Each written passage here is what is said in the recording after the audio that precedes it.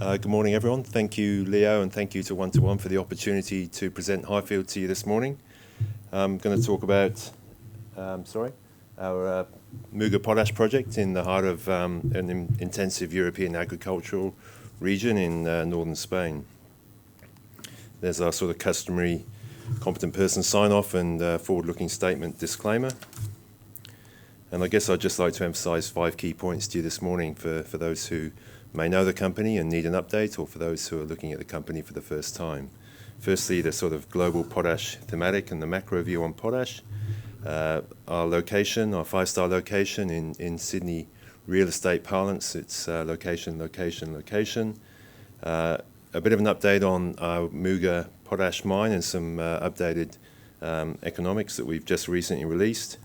Update on our permitting situation and where we sit in terms of next steps in finance. So in terms of the Potash Macro, why potash? We're going to be an MOP producer, muriate of potash, KCl. Our positive outlook for the potash commodity price in the long term is underpinned by strong positive supply and demand dynamics over multi-decades to come. Supply is pretty well managed by about 7 major producers who control about 90% of the MOP output, and they are being quite disciplined to match production against short-term supply trends and volatility related to crop prices, fertilizer applications, and so on. So supply is well managed, and as I say, dominated by 7 major producers. Got a slide here just showing why we think demand is going to continue to grow. Demand growth is very positive, and it's underpinned by global population growth, which is never slowing down, and the trends there are for more rapid growth in emerging markets, decrease in arable land, or even where new land is cleared, fertilizer intensity is growing. So we see increased demand for fertilizers to feed the growing population. It's a macro that you're all familiar with, and fertilizer usage and demand has been growing pretty consistently over recent years at around between 2 and 3% per annum, and potassium is not able to be displaced as part of the NPK blend and is used in most major plant uptake. So the potash thematic supports our project. Our project talks about the location just on the, let's see if this pointer works. No, that's wrong. Sorry, I'm not sure how the pointer works.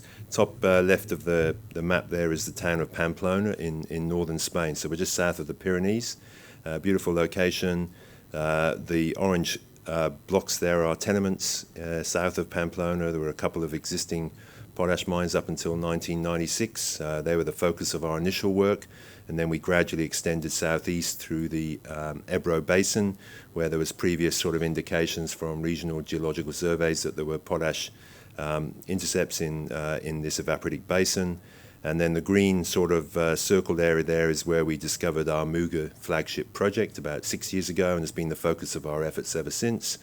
Muga straddles the provincial borders of Aragon and Navarra, and so it gives us some interesting dynamics in terms of talking to regulators. We have to deal with Navarra, Aragon, and Madrid for the federal sort of aspects of approvals and permitting. But our location is fantastic. We've got great infrastructure, roads, rail, electricity, water. They're all in place, and those basically point to a low capital intensity. So our location keeps the capital down. We have fantastic access to the local markets. We can probably sell 80% of our first module of production, which is about 500,000 tonnes per annum, within 500-kilometre radius of the mine. We can truck direct to those local markets. We can also freight our potash, our MOP, from either the port of Pasajes or Bilbao, which are quite short trucking distance away. We can export quicker and cheaper to the major markets in Brazil, better than most other producers from either central Eurasia or Saskatchewan. So Location points to low operating costs and higher margins, and we'll talk about that a bit later on. The location also gives us the benefit of attracting good people to work in a nice area, a nice environment. People can live locally in the small towns that scatter the district around the mine, or can commute from Pamplona, which is a fantastic city.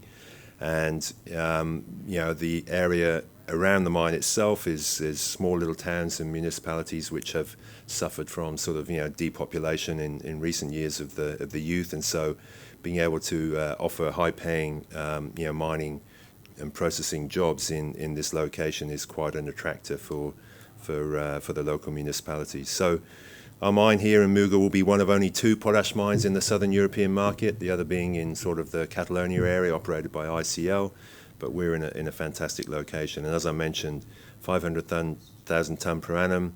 First module, second module will double that, and we have a mine life of over 30 years based on existing reserves and resources.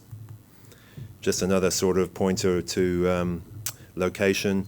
As I mentioned, we can export those green lines here in the centre, going 5,000 nautical miles to the ports in Brazil. Compare very favourably to those producers in Russia, Belarus, and Northern Europe, and also Saskatchewan, and that allows us to achieve a higher European price.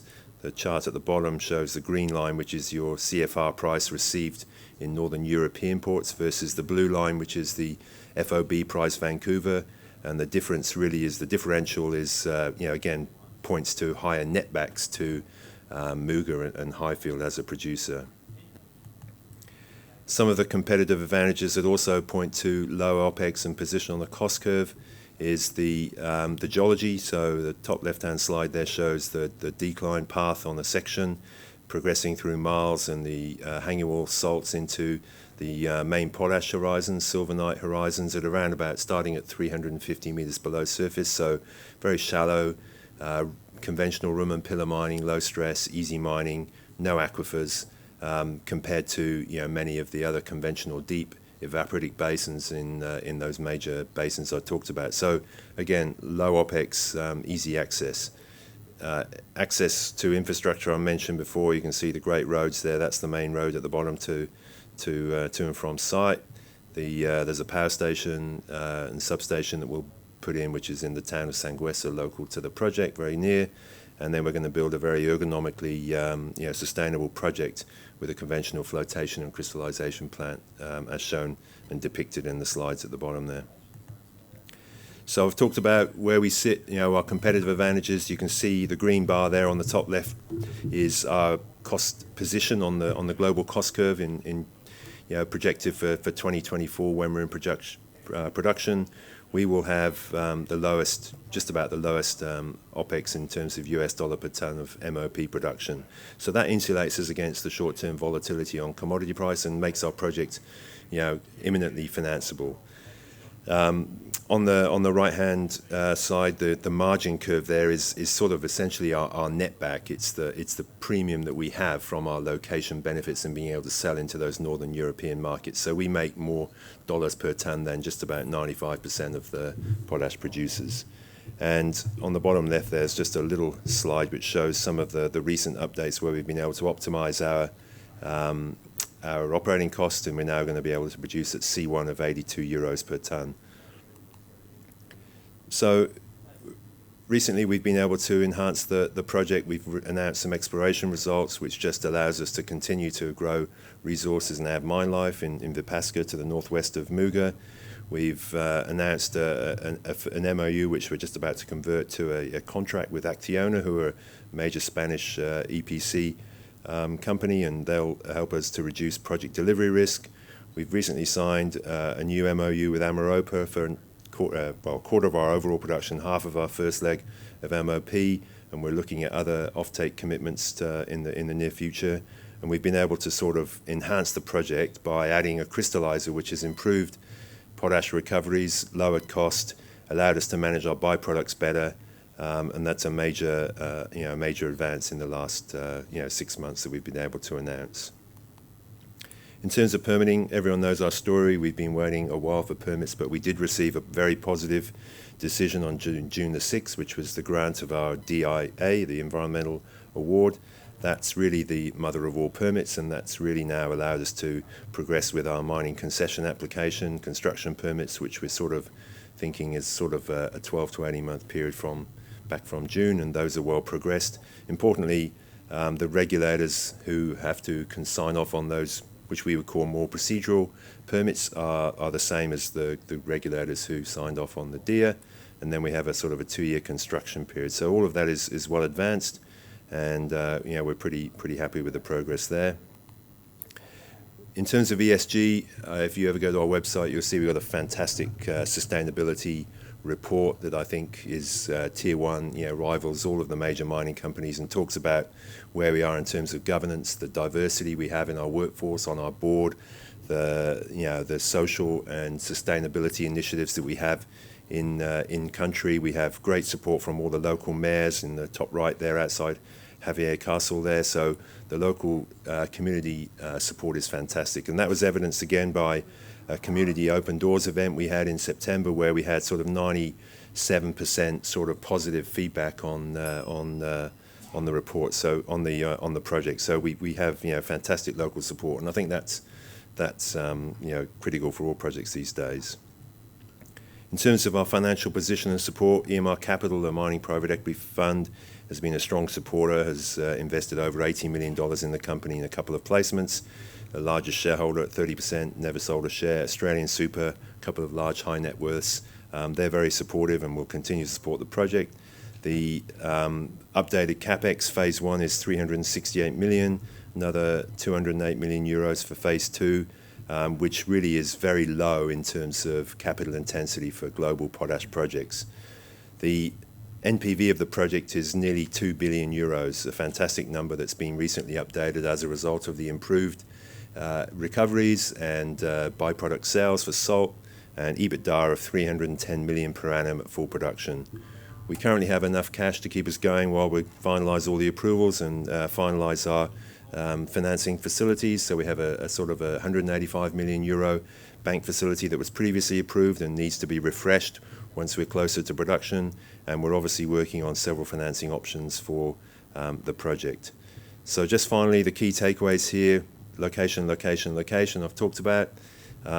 Potash is a global strategic commodity, and we see strong demand forever, constrained, disciplined supply. We're in a competitive cost position. We have fantastic financials, a very strong ESG focus, and the thing I haven't really mentioned is our team and the corporate structure. You can come and see Olivier and myself at our booth in booth 11, and we'll tell you all about the expertise of the team which is going to deliver this project. So thank you very much for your time today.